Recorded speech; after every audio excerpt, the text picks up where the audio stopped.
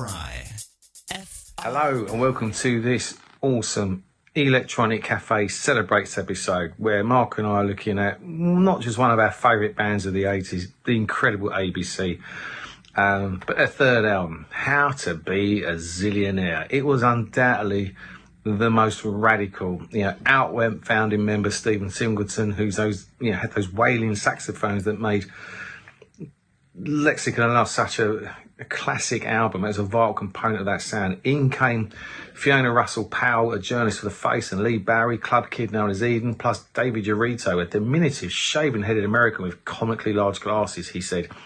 Both were chosen for their striking aesthetic appeal rather than their musical prowess and ever-presence. Mr. Fry and Mark White no doubt felt the need to mix things up again following the negative response to the sort of Roxy music-inspired sound of predecessor Beauty Stab. What I thought was a great album, just me personally, everyone's different. Apparently it was described by Simon Reynolds as one of the great career sabotage LPs in pop history. I don't quite agree with that, Mr. Reynolds, but hey, each their own, it's very subjective.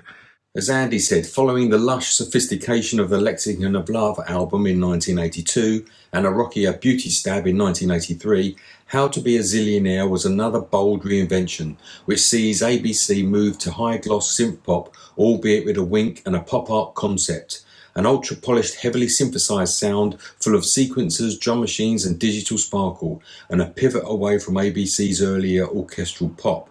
But nevertheless, few expected a band renowned for their sense of class, debonair, to adopt such a almost overtly cartoon image. The video for the lead single, How to Be a Millionaire, even turned Mr. White and Fry into animated characters who became increasingly dwarfed by the extravagant purchases. It was a bold, over-the-top album that contained 4 great singles: Be Near Me, How to Be a Millionaire, Vanity Kills and Ocean Blue. And Martin Fry swaps being a talk singer for pop art narration. He croons, he quips, he poses, always perfectly framed by the synth-pop scaffolding.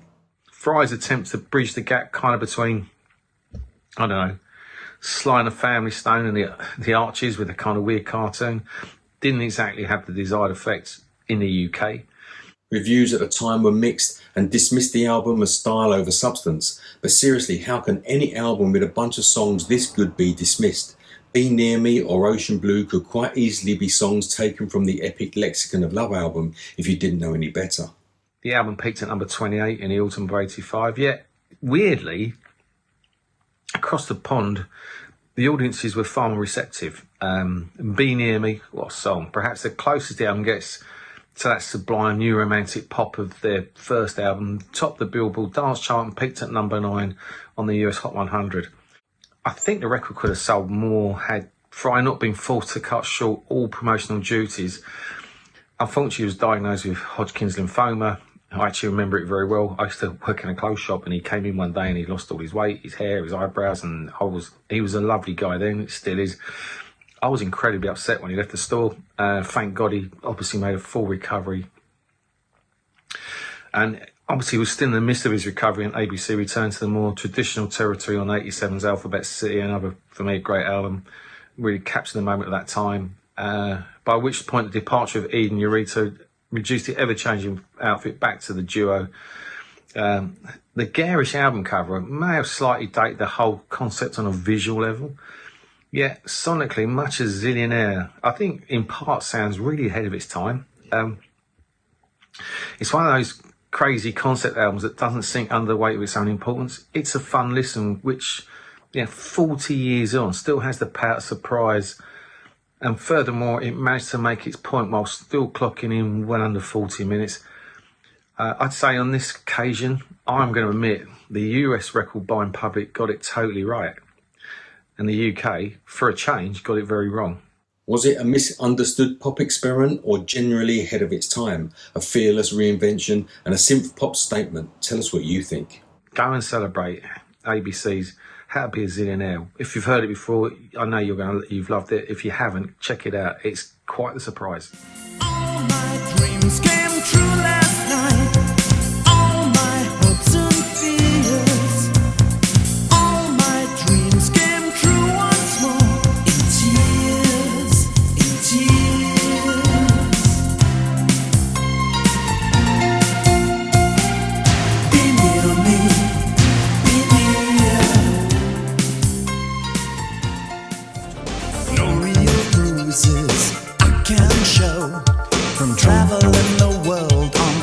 radio, no real scars I can display.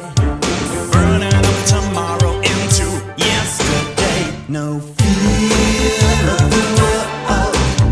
No fear of the world. Guess that makes two. Just you and you. Someone who cares so much about you. But does that someone have to be you?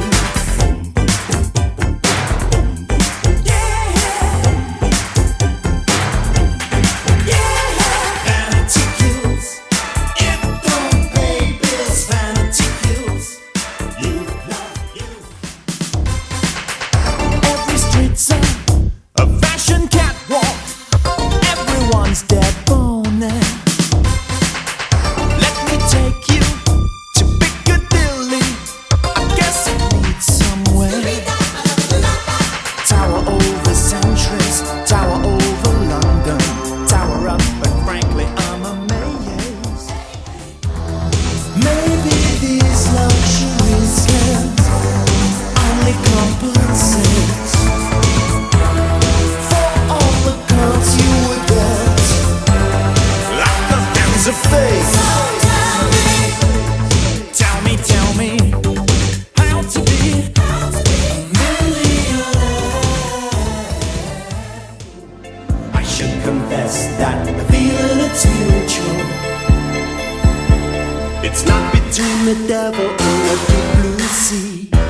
Not between the truth and hypocrisy. Not between freedom and democracy. But between you and me. From indigo through to royal blue. I travel far, but no one will do. Anytime, any place, every shape, every face brings